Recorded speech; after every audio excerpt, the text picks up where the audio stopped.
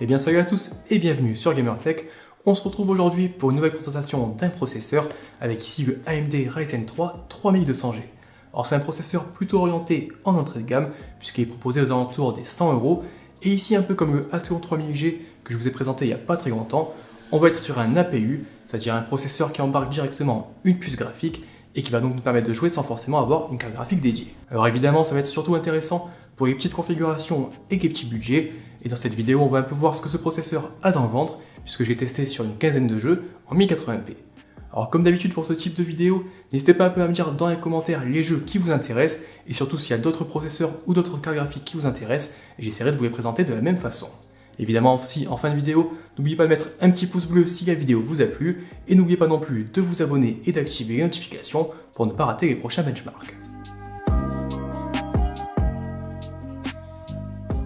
Avant d'en venir au benchmark, quelques détails supplémentaires concernant le Ryzen 3 3100G. Le modèle est basé sur l'architecture Zen+ en 12 nanomètres et il embarque 4 cœurs et 4 threads. Il propose une fréquence de base de 3,6 GHz et pourra grimper jusqu'à 4 GHz en mode turbo. Côté graphique, on retrouve une puce Vega 8 à 8 cœurs et une fréquence de base de 1250 MHz, mais on pourra overclocker sans trop de problème à plus de 1600 MHz. L'ensemble s'accompagne également d'un ventirad AMD. Du côté des composants utilisés pour ces essais, on retrouve la table de bench habituelle avec une carte mère ASUS B450 Gaming Plus, 2x8 Go de DDR4 à 3000 MHz avec des barrettes Corsair Vengeance EPX, un SSD NVMe pour l'OS et un SSD en SATA pour le stockage des jeux. Enfin côté refroidissement, j'ai remplacé le ventirad proposé par AMD par un Be Quiet Purox Slim. Enfin dernière petite précision, pour ces essais la partie CPU a été overclockée à 4 GHz sur tous les cœurs, alors que la puce graphique est boostée à 1600 MHz. Aussi avant chaque jeu, je vous ajoute les options graphiques utilisées, et je rappelle que ici tout est testé en 1080p et enregistré directement depuis un second PC via une carte d'acquisition Elgato. On débute directement ici avec Apex et on a la plupart des détails graphiques au minimum. Alors visuellement c'est pas forcément très beau, mais on arrive quand même à tourner aux alentours des 40 FPS de moyenne, ce qui est finalement pas trop mal, avec seulement un processeur à 100 € et sans carte graphique dédiée. Alors évidemment on peut passer en 900p ou en 720p si on souhaite grappiller quelques FPS supplémentaires.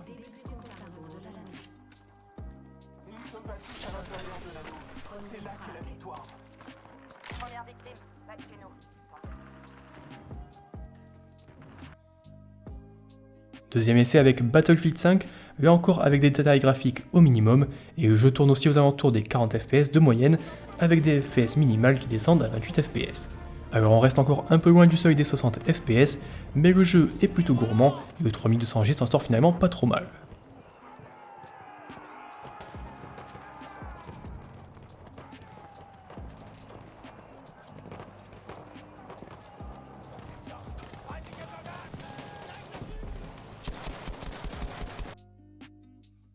Sur Control, qui est lui aussi un jeu très gourmand, le processeur montre un peu plus ses limites et on a du mal à dépasser les 30 FPS sur le début du jeu où les zones sont encore assez calmes et sans ennemis. Pour profiter d'un framerate un peu plus fluide, je recommande ici plutôt de s'orienter vers du 720p, même si on perd évidemment en qualité d'image. Toutes ces années, je l'ai cherché, il était là, juste sous mon nez. Excuse.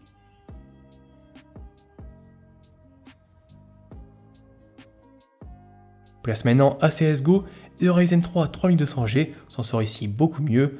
Avec les tailles graphiques limitées, on tourne à plus de 80 FPS en 1080p et on peut donc jouer sans aucun problème dans des conditions très correctes.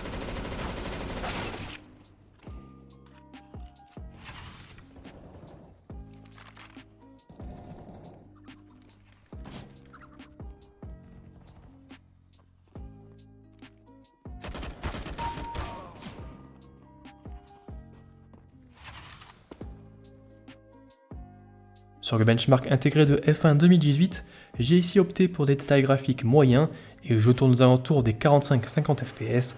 En réduisant certaines options, on devrait pouvoir dépasser les 60 FPS sans trop de difficultés et bénéficier d'un affichage largement plus fluide.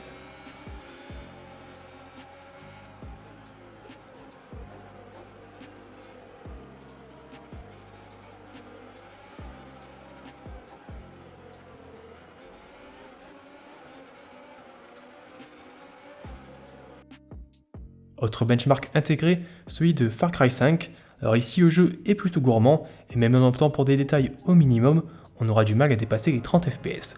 Alors c'est pas forcément l'idéal pour jouer dans de bonnes conditions, et il faudra probablement réduire la résolution ou passer sur une carte graphique dédiée.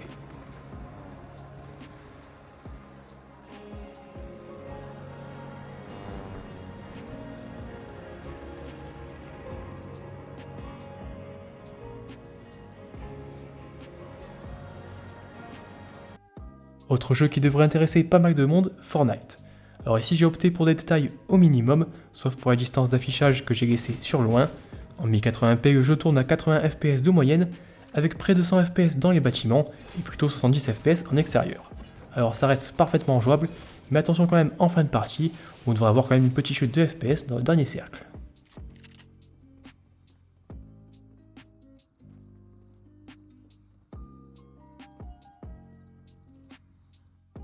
Le Ryzen 3 3200G s'en sort également pas trop mal sur GTA V.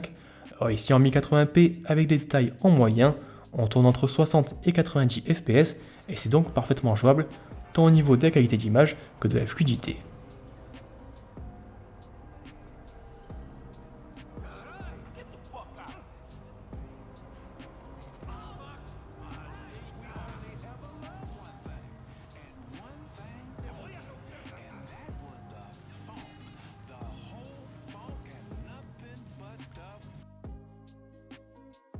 Sur Hitman 2, l'APU montre sans grande surprise un peu plus ses limites, avec des détails au minimum, on peine à dépasser les 30 fps, sans pour autant descendre sous les 24 fps.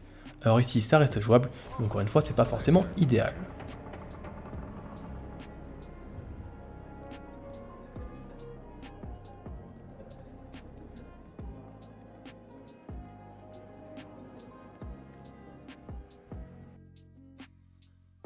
Si on passe maintenant sur un jeu un peu moins gourmand, comme par exemple League of Legends, ici aucun problème avec le 3200G.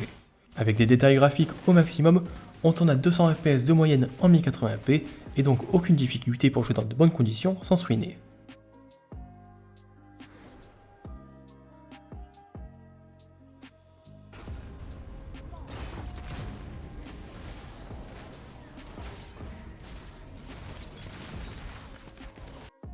Pas trop de difficultés non plus sur Rocket League, avec ici des détails graphiques en mode performance pour tourner à plus de 80 fps de moyenne. Les FPS minimum restent par contre un peu bas, aux alentours des 35 fps sur mes essais.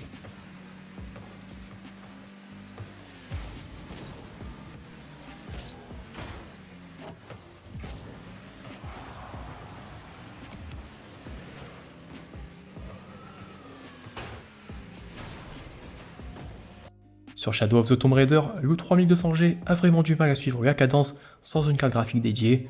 Malgré des détails graphiques au minimum, on ne dépasse pas ici les 30 fps avec des chutes sous les 20 fps. Il faudra plutôt passer sur du 900p ou du 720p pour obtenir un meilleur framerate.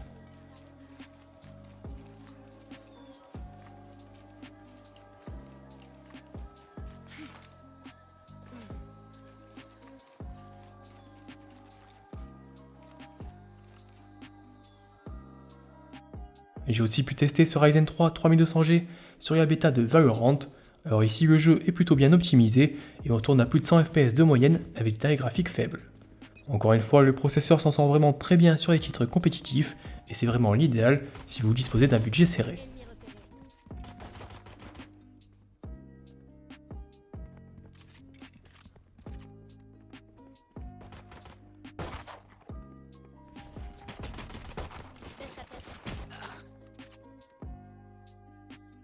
Sur le mode Warzone de Call of Duty, c'est par contre un peu plus compliqué avec le 3200G. Ici on a beau réduire les détails graphiques au minimum, le jeu tourne entre 35 et 37 fps de moyenne, avec quelques chutes sous les 20 fps. Alors évidemment ça reste jouable, mais c'est clairement pas l'idéal pour taper du top 1.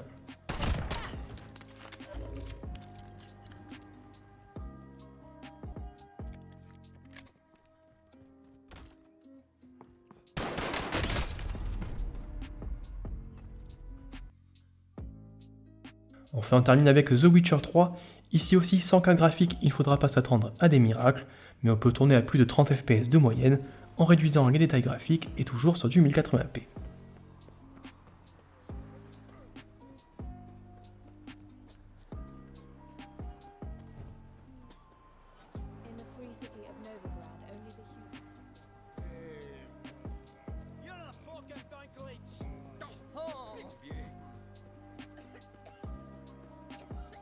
Allez, voilà un peu ce que je pouvais vous dire aujourd'hui sur ce Ryzen 3 3200G.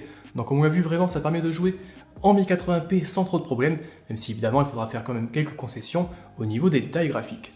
Alors évidemment ça s'oriente plus vers les petits budgets et si vous êtes plutôt intéressé par des jeux compétitifs comme par exemple CSGO, Valorant ou encore League of Legends, puisqu'on a vu dans les tests que ça tournait vraiment très bien sur ces jeux. Après si vous voulez jouer un peu plus à des AAA et des jeux un peu plus gourmands, je vous conseillerais par exemple d'investir dans une RX 570, c'est une carte graphique qui coûte aux alentours des 140 € et je l'ai testé justement avec ce processeur. Je vous ferai une seconde vidéo probablement la semaine prochaine avec pareil une quinzaine de jeux testés et on verra qu'on a vraiment de bien meilleures performances et ça permet de jouer à la plupart des jeux actuels en 1080p sans trop de problèmes. Donc évidemment n'hésitez pas à mettre un petit pouce bleu si la vidéo vous a plu et surtout donc n'oubliez pas de vous abonner et d'activer les notifications pour ne pas rater cette vidéo de benchmark avec la RX 570 et le Ryzen 3 3200G. J'essaierai donc de vous présenter tout ça la semaine prochaine. Et également dites-moi en commentaire s'il y a des jeux qui vous intéressent et que j'ai pas forcément listé dans les 15 jeux que j'ai testés aujourd'hui. Et moi je vous dis à très bientôt.